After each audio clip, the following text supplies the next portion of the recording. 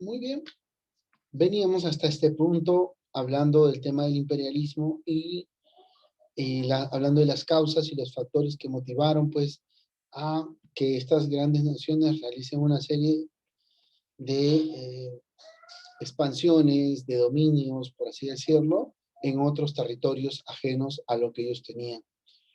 Eh, Variado van a ser las causas, variados van a ser los factores, y la motivación, pues, la búsqueda de nuevos territorios, la búsqueda de medicina, la búsqueda de tener un dominio, la búsqueda de ser superior, como que va a ser, pues, lo que se va a posicionar durante este tiempo de lo que es el imperialismo. Continuando con nuestra explicación del tema de hoy, ¿qué elementos van a permitir facilitar, ya propiamente dicho, como tal, envueltos en el tema, el imperialismo? Recuerden ustedes que antes de empezar la clase yo les dije que habían marcó un precedente muy importante las dos revoluciones industriales. No solamente porque vamos a encontrar en información, en internet, cuando ustedes investiguen acerca de la Primera Guerra Mundial, que lo van a hacer más adelante, van a encontrar con esas cosas, no, la revolución industrial, sí, bien es cierto, pero no solamente de la Primera Guerra Mundial, sino de toda la sociedad. Estas dos revoluciones industriales increíblemente van a influenciar muchísimo en la sociedad.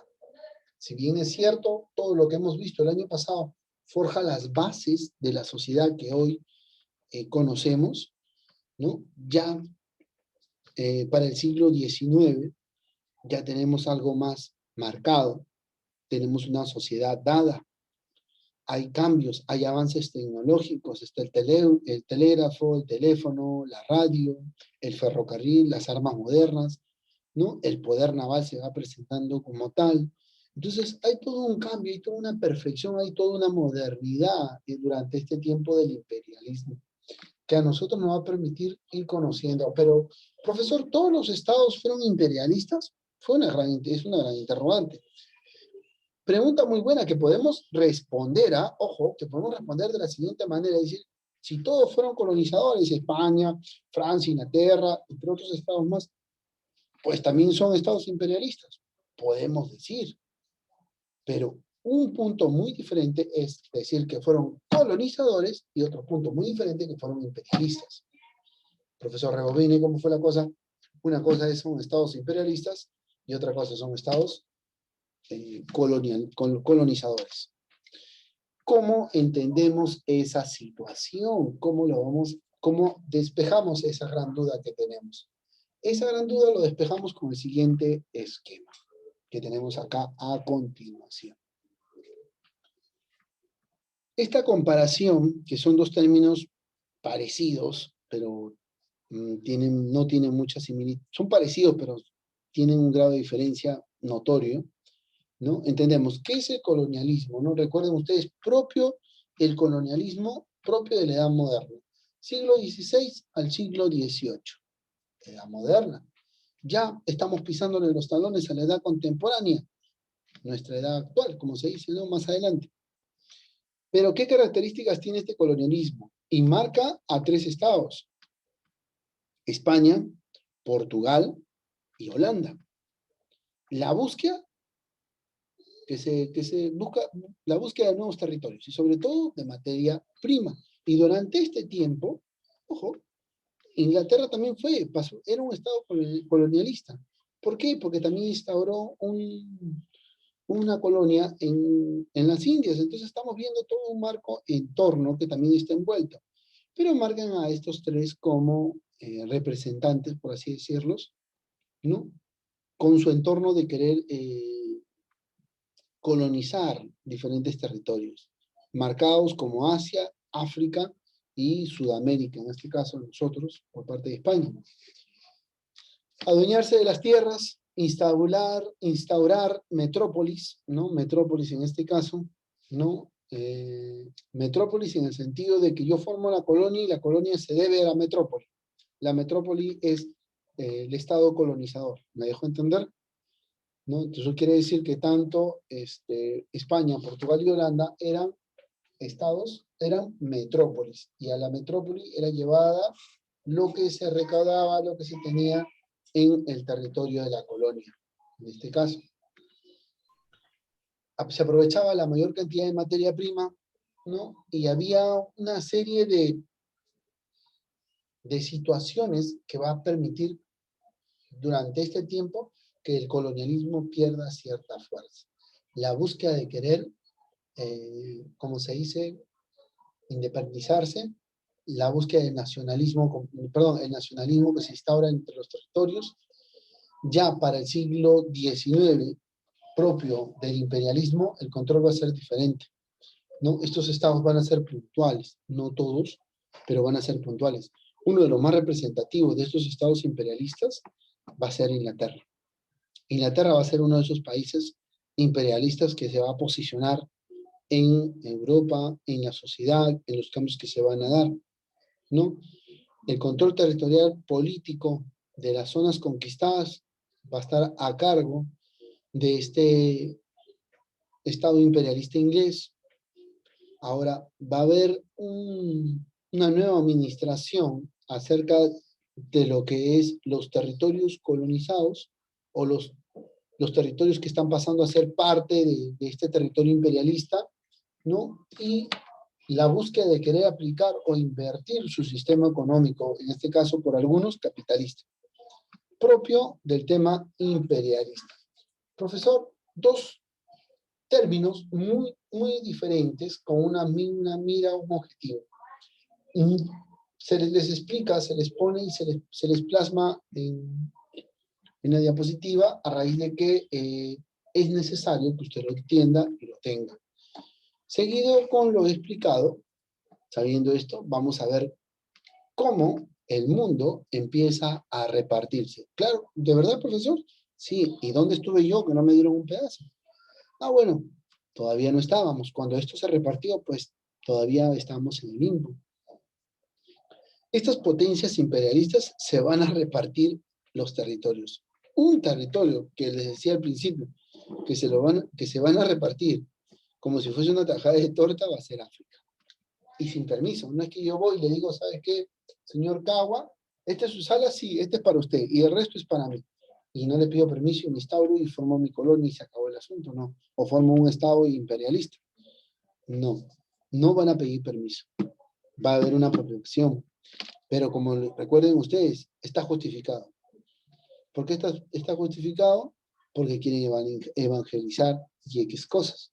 Entonces, como tal, está formalizado, está dado, se respeta lo que se está presentando. Y estos son los estados coloniales para el siglo XIX o estados imperialistas. Un punto importante va a ser el aporte de Inglaterra como tal, ¿no? Uno de los grandes dominios. Quiero que tomen nota, por favor, después de este título que estamos poniendo acá, para que ustedes pues puedan tener el texto como tal. Quiero que tomen nota, ¿sí? Inglaterra, como nación, se debió al impulso, están tomando nota, ¿verdad? ¿Sí? Inglaterra, como nación, se debió al impulso macroeconómico de la revolución industrial. Macroeconómico de la revolución industrial.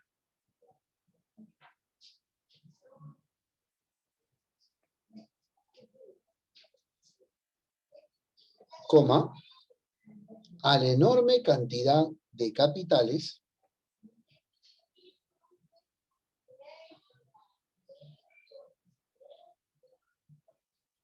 a la enorme cantidad de capitales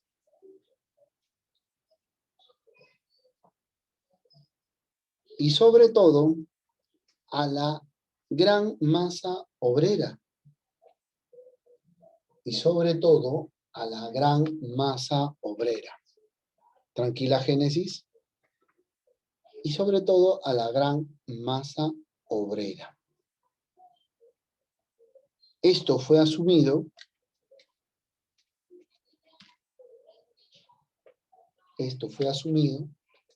por la reina Victoria primera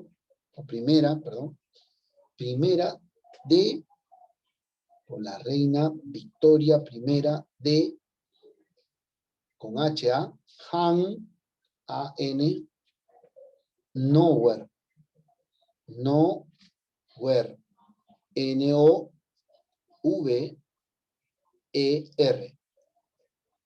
Victoria I de Hanauer, ¿Puede en repetir el el año nombre, profesor, por favor? 1837. En el año 1830. Profesor. Coma. Iniciando el proceso de transformación Profesor, ¿podría repetir el apellido? ¿Qué año? en el año 1837. Gracias. Iniciando el Y el nombre, proceso profesor, el de nombre. transformación. Iniciando el proceso de transformación. Iniciando el proceso de transformación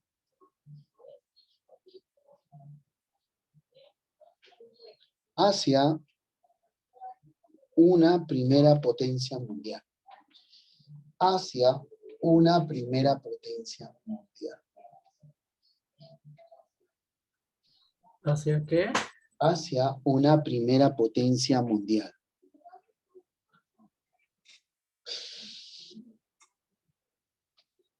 Hacia una primera potencia mundial.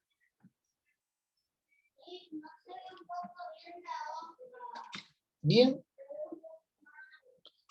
Vamos a entender cómo se presenta Reino Unido, Gran Bretaña, Inglaterra, cómo se presenta para este tiempo ejercer su dominación con esta reina Victoria I de Hanauer, que marca el inicio de toda una serie de desarrollos, llegando a ser una potencia mundial para el siglo XIX y para el siglo XX. Hay tres modelos de los cuales quiero que ustedes entiendan. Los ingleses utilizan tres modelos. Hemos agregado dos más para que ustedes lo tengan, de los tres. Y voy a preguntar, así que, ojo, uno, de posición o enclaves estratégicos, que permite, pues, controlar el aspecto marítimo, la defensa comercial, ¿no? En la parte, en el interior de las fronteras, ¿no? Y otros territorios. Estos, ojos, son los territorios ya colonizados. O sea, los estados que ya se colonizó, que ya se aplicó el régimen imperialista. Entonces va a haber un control. Esos son los estados de posición, ¿no? Los estados de posición. También van a estar los de explotación, aquellos que solamente sirven, ¿no? Para extraer la materia prima, muy diferente a los de posición, ya que los de posición, como Gibraltar, el Cabo, el Suez y Hong Kong, sirven solamente para abastecer sus barcos, sus navíos en un determinado tiempo, ¿no? Y los de explotación para obtener los recursos, en este caso, como era el caso de la India. Y por último tenemos el de poblamiento. Este es prácticamente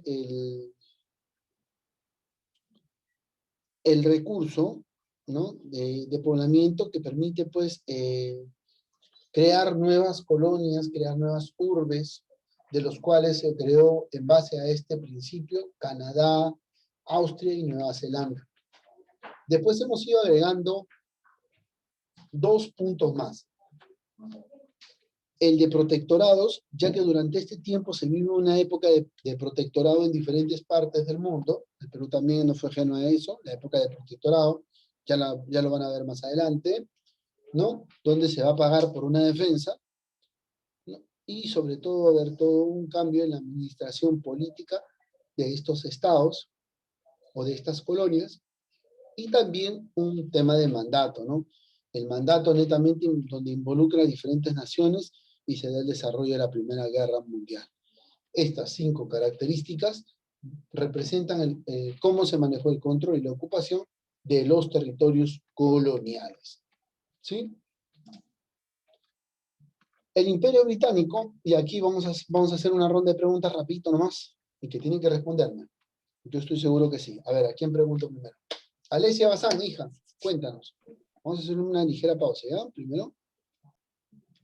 Muy bien.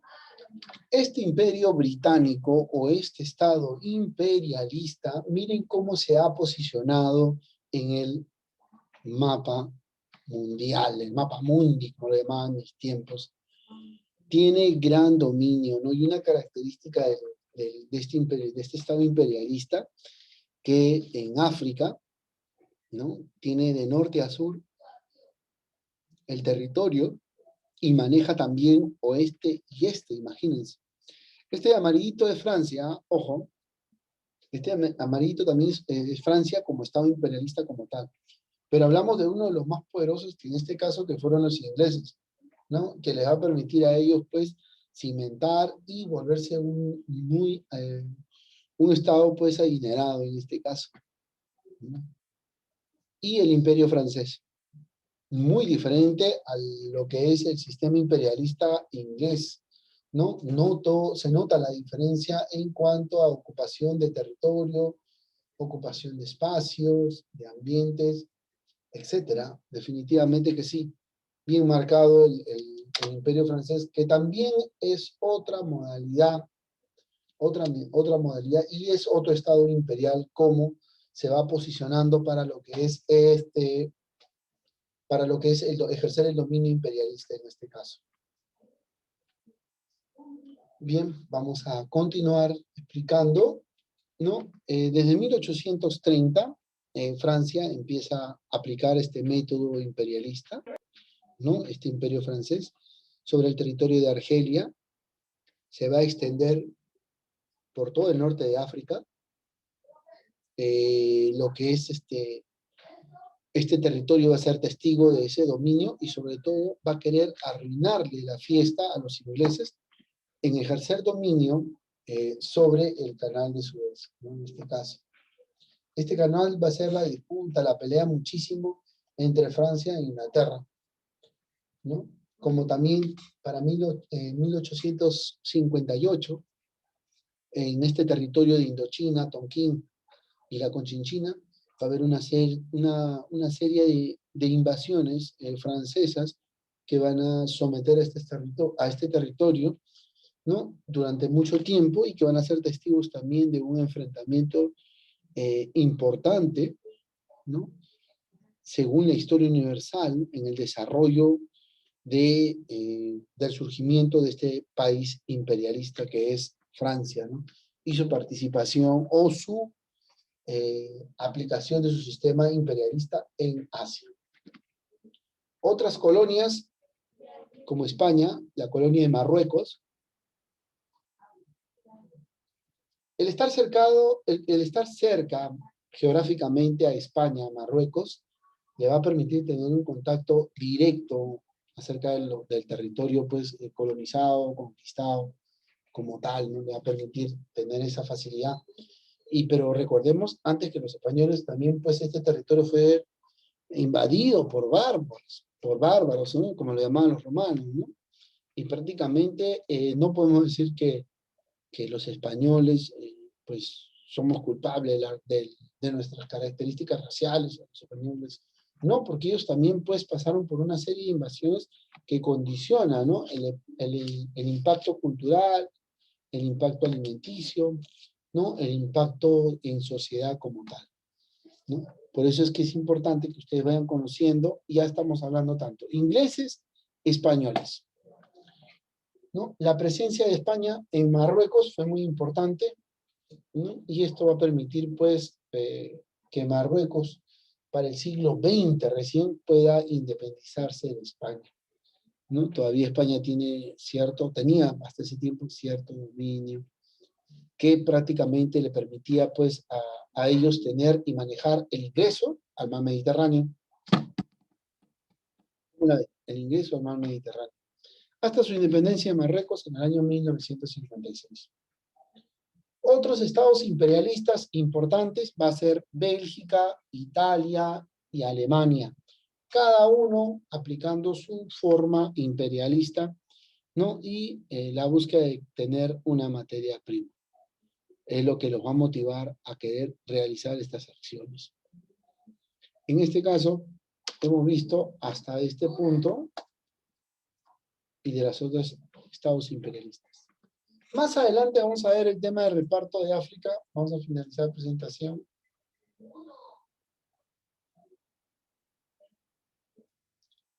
Muy bien. Vamos a hacer una ligera pausa, ¿no? No se olviden, nos vemos el día lunes con un nuevo tema de historia universal. Muchas gracias. Bendiciones. Chao, Pulgar profesor. arriba. Pulgar arriba. Chao, profesor. Ah, muy bien. Pulgar arriba. Pulgar arriba. Ya está. Muy bien.